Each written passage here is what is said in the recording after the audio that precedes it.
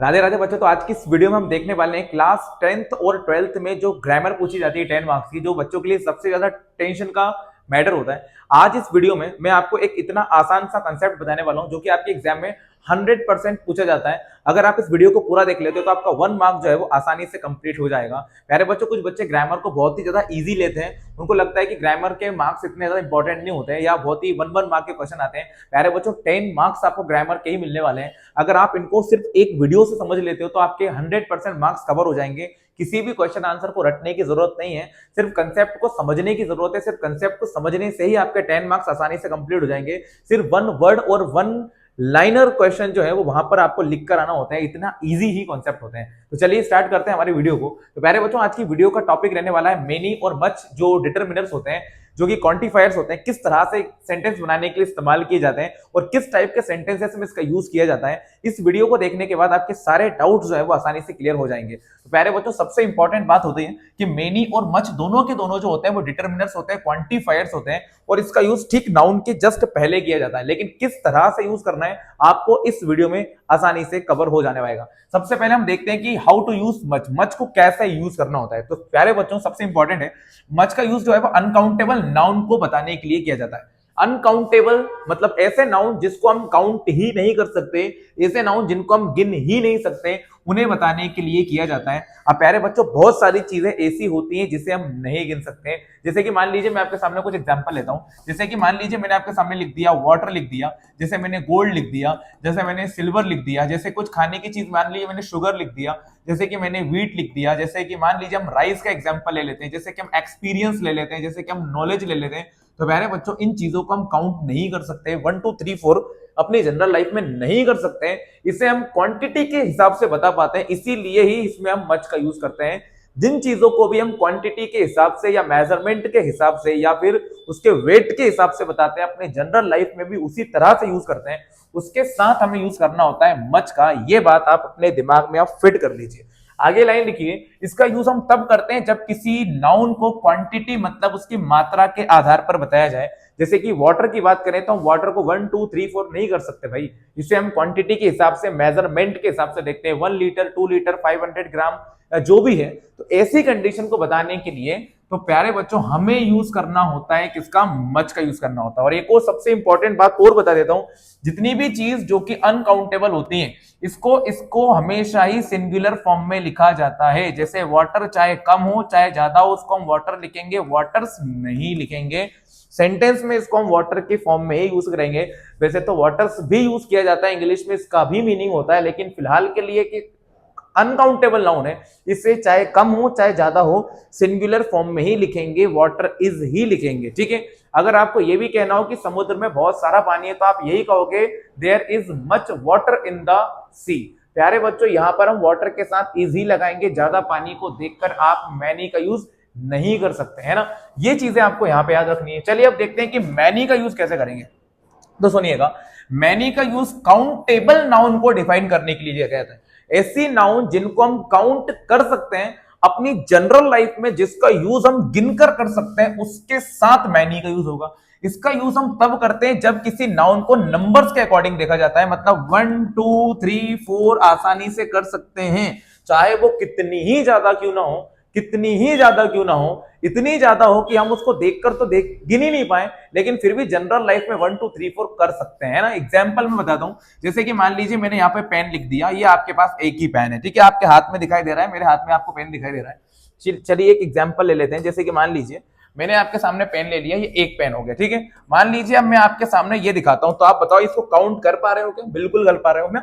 तो यहाँ पे हो गए 3 पेन, है ना। आप पेन नहीं लिखेंगे, पेन्स लिखेंगे। देखो इसके आगे एस लग गया, क्योंकि गिना है तभी तो एस लगाया है ना। 1 2 3 कर लिया ना। तो इसी कंडीशन में हम किसका यूज करेंगे, मैनी का यूज करेंगे। जैसे कि मान लीजिए मैं बोलता हूं मेरा एक फ्रेंड है, तो मैं कह सकता हूं आई हैव अ फ्रेंड। मेरे बहुत सारे फ्रेंड है, तो मैं कह सकता हूं I have many friends.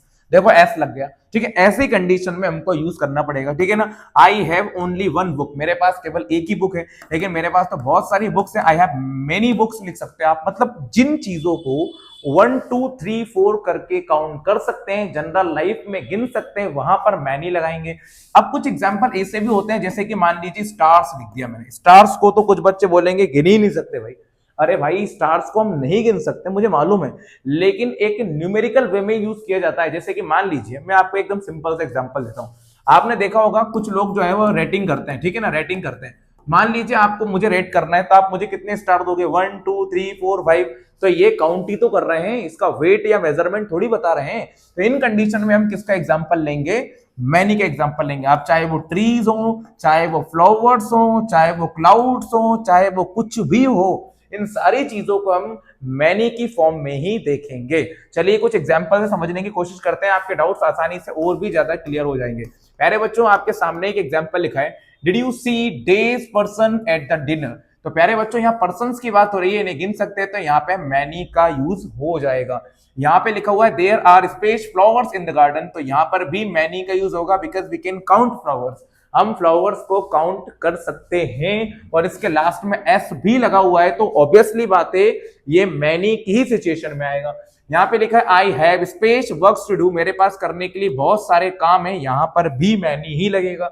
She has space experience of computer work, अब एक्सपीरियंस को नहीं गिन सकते भाई, एक्सपीरियंस को हम गिन ही नहीं सकते, एक्सपीरियंस को हम कंपेयर करके देखते हैं ना, किसी से कंपेयर करके देखते हैं। तो इन कंडीशन यहाँ पर हम किसका यूज करेंगे, मच का यूज करेंगे। If we talk about knowledge, knowledge can not be counted, knowledge को भी नहीं गिना सकता, यहाँ पे भी हम मच लगाएंगे। नॉलेज को भी हम कंपेयर करके देखते हैं ना, लेवल देखते हैं, हम इसका स्टेटस देखते हैं। She has not solve days questions, तो यहाँ पर भी देखेंगे हम मच का यूज नहीं करेंगे, मैनी का यूज करेंगे, क्योंकि क्वेश्चंस को हम गिन सकते हैं प्यारे बच्चों, यहाँ पर मैनी का यूज किया जाएगा। ठीक है, space of us went to see the famous actor, अब यहाँ अस लिखा हुआ है, इसका मतलब है कि हम लोग हैं, हम लोग में से बहुत सारे लोग जो है वो एक्टर को देखने के लिए गए। अच्छा, मैनी और मच का मतलब क्या होता है, बहुत सारा, बहुत सारी। हम में से बहुत सारे लोग उस फेमस एक्टर को देखने के लिए गए, तो हम में से ही तो गए हैं, तो मैनी ही तो लगेगा। She has space problems, problems can be counted भाई, इसको अंदर भी मैनी लगाएंगे। सर प्रॉब्लम्स को कैसे गिन सकते हैं भाई, गिन सकते हैं ना, देखो मुझे स्कूल जाना है, मुझे कोचिंग जाना है, मुझे पढ़ना है ना, तो ये सारी चीजों को गिन तो रहे हैं, यही तो प्रॉब्लम्स हैं। ठीक है, does your cow give space milk, तो मिल्क को नहीं गिन सकते, यहाँ पे मच आएगा, क्वांटिटी बेस पे यूज करते हैं। फ्लावर्स कैन बी काउंटेड, यहाँ पर भी मैनी लगेगा। हेयर्स को भी गिन सकते हैं, यहाँ पर भी मैनी लगेगा। आई शा days stars in the sky, यहाँ पर भी मैनी ही लगेगा। स्टार्स कैन बी काउंटेड, 1 2 3 4 तो कर ही सकते हैं ना स्टार्स को, तो मैनी लगाएंगे। ट्रीज को भी गिन सकते हैं, there are space trees in Amazon forest, इनको भी गिन सकते हैं। Kalidas has written many plays, Kalidas ने बहुत सारे प्लेज लिखे हुए हैं, प्लेज मतलब नाटक लिखे हुए हैं, इन्हें भी गिन सकते हैं प्यारे बच्चों। She participated in days competition, उसने कई सारे कॉम्पिटिशन में पार्टिसिपेट किया, जैसे dance competition, story competition, singing competition, dancing competition, इसे गिन सकते हैं। तो यहां पर भी मैनी का ही यूज किया जाएगा। प्यारे बच्चों, एक जगह पे कॉम्पिटिशन के साथ मच भी यूज होता है, जैसे कि मान लीजिए मैं किसी एक पर्टिकुलर कॉम्पिटिशन की बात कर रहा हूं, जैसे कि मैं कह सकता हूं कि गवर्नमेंट जॉब में बहुत कॉम्पिटिशन है, तो आप कह सकते हो there is much competition is government job. ठीक है ना, तो यहां पर आपको क्या यूज करना पड़ेगा, मच का यूज करना पड़ेगा। ठीक है, इस केस में तो मैनी ही आएगा। इसके अलावा कुछ एग्जांपल और ले लेते हैं प्यारे बच्चों। यहाँ पे लिखा हुआ है she has space money in bank, प्यारे बच्चों मनी को बताने के लिए आपको क्या यूज करना पड़ेगा, मच का यूज करना पड़ेगा। ठीक है, मनी के अंदर सारी चीजें आ जाती हैं, आपके एसेट्स भी आ जाती है, तो यहाँ पर आपको लिखना पड़ेगा मच। बाकी आप अगर नोट्स की बात करते हो, रुपीज की बात करते हो, तो वहां पर आप यूज करेंगे मैनी को। ठीक है, इसके बाद हम बात करते हैं the cost of gold is much, यहाँ पर भी हम मच का यूज करेंगे। डिग्रीज को डिफाइन करने के लिए हम मैनी का यूज करेंगे। पीपल को बताने के लिए हम मैनी का यूज करेंगे, और चिल्ड्रन को भी गिन सकते हैं, यहाँ पर भी हम मैनी का यूज करेंगे। इस तरह से आप आसानी से सेंटेंसेस को बना सकते हो, और आपके एग्जाम में 100% ये पूछा ही जाता है। अगर वीडियो अच्छा लगे तो प्लीज इस वीडियो को लाइक कीजिएगा, और चैनल को सब्सक्राइब आप जरूर कीजिएगा। Thanks for watching this video.